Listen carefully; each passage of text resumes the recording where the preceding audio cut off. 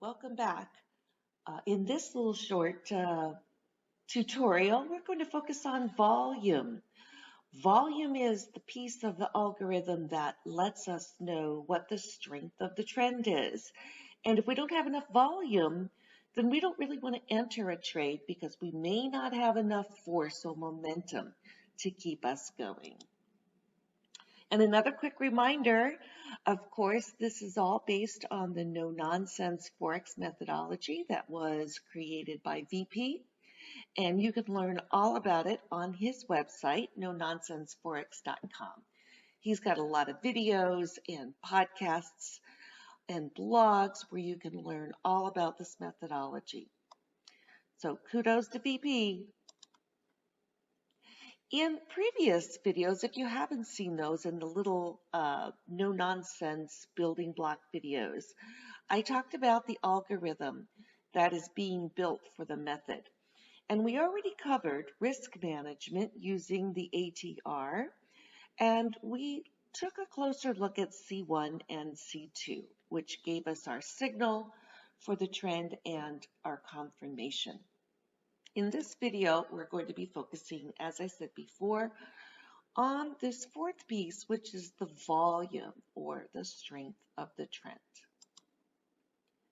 So when we talk about volume, what is it? So the definition of volume is actually the total amount of transactions that traders conducted in a specific market. Or in other words, high volume simply indicates that a lot of people are trading, which is moving the price. Volatility is defined when a market experiences periods of unprecedented and sometimes sharp price movements.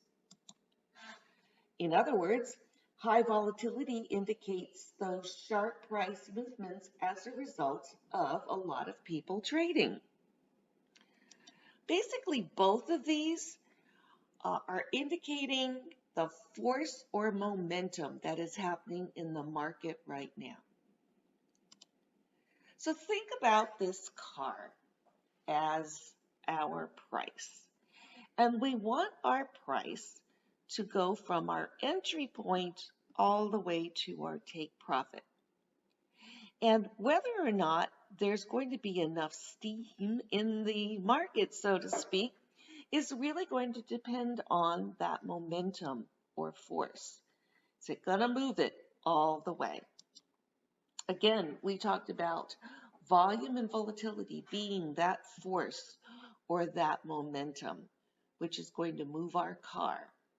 So this force or momentum happens before our entry. Depending on how much force or momentum we have is really going to help determine how far our car is going to go. For instance, if we have a little volume, the car may move a little bit, but it may not make it all the way to our take profit. Likewise, if we have a larger amount of volume or volatility, that price may go all the way to our take profit, which of course is what we want. So that's how volume and volatility come into the mix.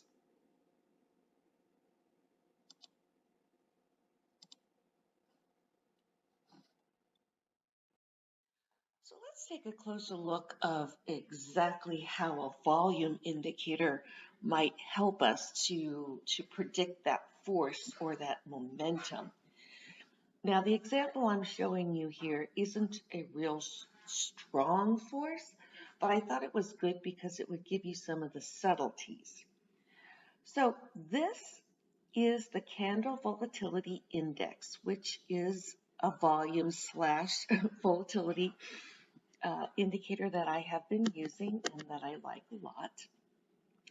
And how you read it is anything below the line you are not going to touch in a trade. You're only going to enter trades on candles that have this volume or volatility above the line. So as you can see, we don't have any opportunities here, not until this candle right here. And you notice that that is the first one above the line. So that indicates a possibility of a trade. So we're not using any other indicators right now. So for the sake of this example, let's just assume we are in a downtrend. From whatever other indicators that we have, we are in a downtrend. So we're going to be looking for shorts. So if I hover over this candle and I say, okay, that one has enough volume, let's take a sell there. And as you can see, it would have hit the take profit before the stop loss. So that one would have worked. Let's look at this one. That one would have worked. Let's look at this one. That one would have worked. We wouldn't have taken this one because that's an up candle. We would only take it on a down candle. That one would have worked. That one goes a little longer, but it still would have hit the profit before the stop loss. Same with that one. And finally, that one. Now, we wouldn't have even considered taking any kind of trades in here because our volume or our force behind it is not there. The next candle where we even have a possibility is this one right here. So let's check that one. Okay, so if we would have taken a sell there, we would have hit take profit nicely. How about this one? This one is our last one in that series of a down candle with force behind it, and that one would have worked. Now, does this work all the time? Not necessarily. Here's an example of one where, as you can see, this candle had the volatility, but it did not make it. So yes, it is not going to keep us out of every bad trade, but it's going to be one of those filters that does help in that situation. Let's look at our last couple examples here. So that one would have worked, and that one would have worked. So that's just looking at with a general indication of a trend and looking at volume. What happens if we add that to our C1 and our C2? Again, using the same example, we have our C1, which is the SSL, and I'm using the multi-sync index as my C2 or my confirmation. So in this case, whoops, sorry, let's get rid of that. So in this case, we would not have a signal there because our C1 is still green. In this case, we would not have a single signal here because we don't have agreement of our C2. Now, you can see we do have volume. So this is where we would have entered the trade. We have our signal changed, and this is using the one candle rule, meaning if we don't have anything lined up, when that first signal hits, we have one candle to wait. So according to our one candle rule, we now have agreement with our C2 and we have enough volume. So that's where we would have gone in for our sell. And that's where we would have taken it. Now everything else here would not have triggered anything new because we wouldn't have gotten a change in our C1. However, if we had two trades on and we had a runner, we would have had our first hit our take profit here, and then our runner would be going forever how long it took until our exit indicator took us out. Now that we've seen how the candle volatility index works as a volume indicator, let's look at a couple of other examples. Let's pull this up a little bit and pull this one up, and then we see the Wada-Atar explosion. This is one that I used in an older algorithm that I had been using.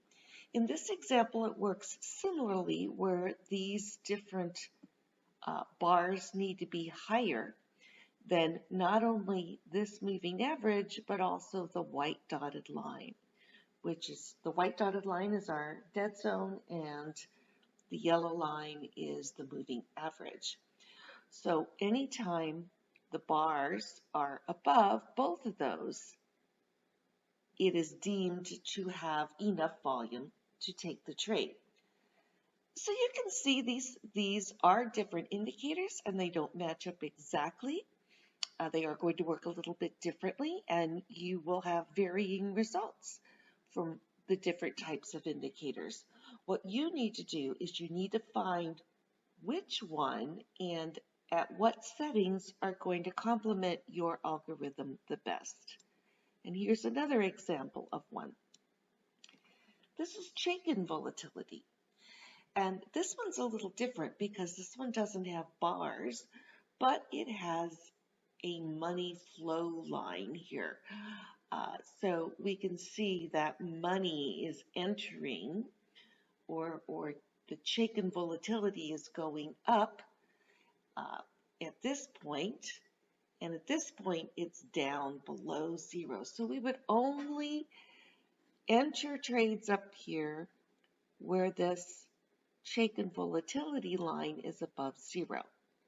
And again, it's just another type of volume indicator that you can try. You can play around with the settings of all these, just like we talked about with our C1 and C2, to come up with the best combination that will work for your trade.